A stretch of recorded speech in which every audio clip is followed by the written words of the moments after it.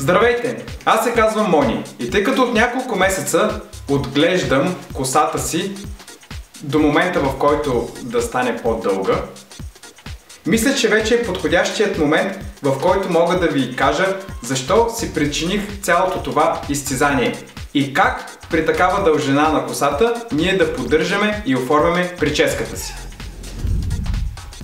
Целта, към която се стремих в продължение на тези няколко месеца, беше косата ми в горната част да достигне доста голяма задоволителна дължина, а в областта над ушите и в областта на тила тя да бъде значително изтънена.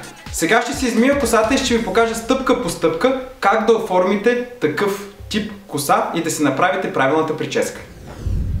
След като косата ми вече е измита и излезна от банята, първото нещо, което правя, е да си сложа няколко капки от така нареченият освежаващ тоник. Той е с много приятна текстура, освежава скалпа и тъй като има ментол в него, придава една много хубава хладнина на скалпа. Тъй като косата ми е много чуплива и непослушна, аз ползвам сешоар, за да мога да й придам посока и да я оформя по-лесно.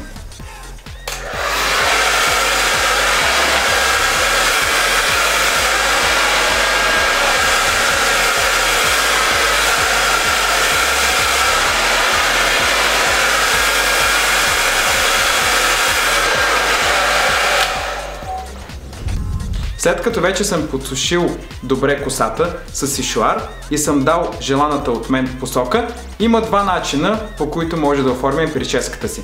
Единият е да срещим косата си или да я оформим с пръсти изцяло назад, а другият е да й дадем леко посока в страни. Нещо, което предпочитам аз да правя. Давам и леко посока вляво. За да стилизирам, разбира се, косата си, в момента аз използвам помада. Помадата е може би най-подходящият продукт за този тип прическа. Тази, която аз обичам да ползвам, е от Gentleman Mood, може да бъде закупена от техния сайт и се нарича Suavecito. Тази, която аз ползвам, е с средна фиксация, има жесток аромат и е много лесна за отмиване. Това, което правя, слагам малко от тази вакса, т.е. помада, на пръстите си и започвам да втривам в косата. Значи нещо много важно, помадата или какъвто и да е друг тип вакса или гел за коса, те се втриват в косата, тъй като те са предназначени за оформянето на косата, а не за втриване в скалпа, тъй като особено ако скалп ви е по-чувствителен, може да ви причини разранявания, люспене и други такива неприятни последици.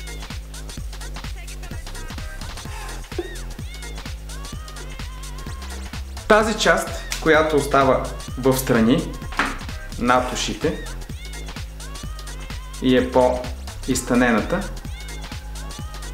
поставям и на нея и се опитвам да разделям всъщност дългата част от тази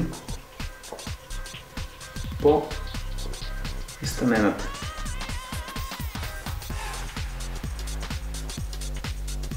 В повечето случаи се опитвам да си помогна след това с гребен, за да мога да дам вече абсолютно желаната посока.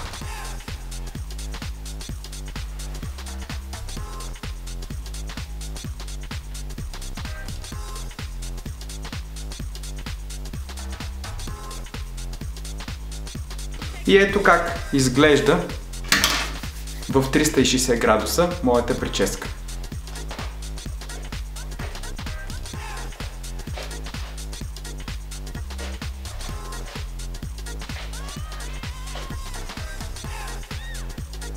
Надявам се начина, по който ви показах как оформям косата си, да ви хареса и да ви вдъхнови, разбира се, да експериментирате с нещо по-различно.